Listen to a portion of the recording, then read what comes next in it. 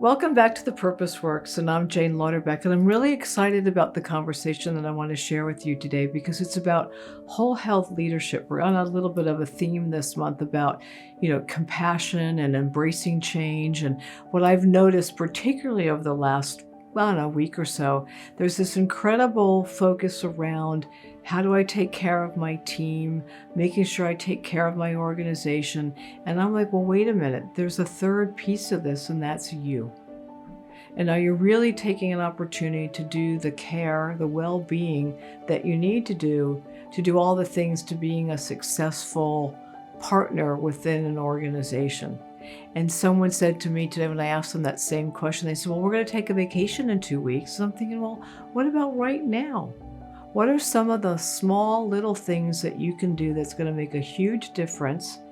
Small little things that you can do that's not going to be disruptive to anything in your schedule.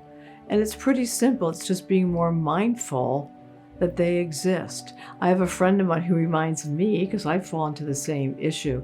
She sends me a note, 5 by 5. That's all I get is a text. 5 minutes out, 5 minutes back. And doing that just a couple times a day. It's hard sometimes to sort of break away from being on Zoom constantly, and I gotta give you 5 more minutes to finish something. Well, use that 5 minutes for yourself. Because it's really interesting. It seems counterintuitive to get up and walk away. We actually, when we do it, at least I know when I do it, and I come back, I'm thinking, why didn't I do it sooner in the day? And so I now schedule myself.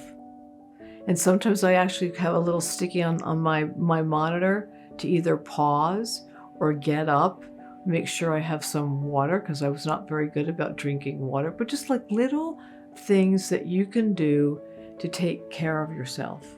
Making sure that, I'm going to get up and I'm actually going to have something healthy rather than shoving a couple of Cliff Bars down my mouth to make sure that I'm ready for the next meeting.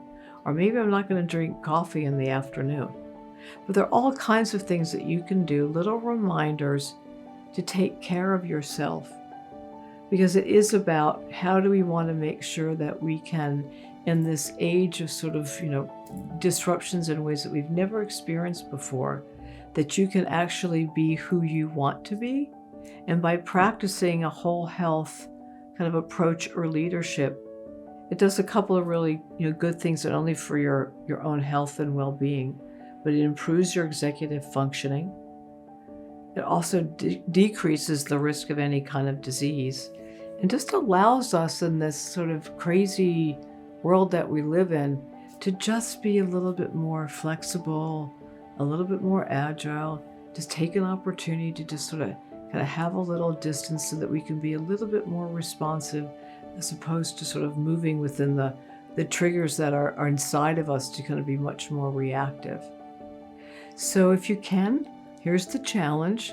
Over the course of the next couple of days, pick one thing. That's all. One small thing. Maybe you want to get up in the morning and kind of write in your journal. I get up in the morning, and one practice that I have is I have a grateful book, and I write the 3 things that I'm grateful for from the previous day, because many times we go from moment to moment to moment and we forget. This way I think, oh yeah, what actually happened yesterday? It sort of sets me up. It's a part of my routine. It sets me up for this current day. And so whatever works for you, try out a couple of different things, but just try one thing at a time and see what's helpful. And just take a moment, if you want, at the end of the day, or if you make it a ritual in the beginning of the day, your last day, what kind of felt better? And what really worked? And lastly, I'll just close with, and making sure you get a good night's sleep. It just makes a huge difference. So I recommend, if you have the time, read or listen to Why We Sleep, and it will change your life. And it's a simple thing, and like meditation, which I always recommend, it doesn't cost anything, and it will make you feel better. If you found this video of value, please do share it, and I would love to hear what your comments are. What did you pick and what worked? Thank you very much.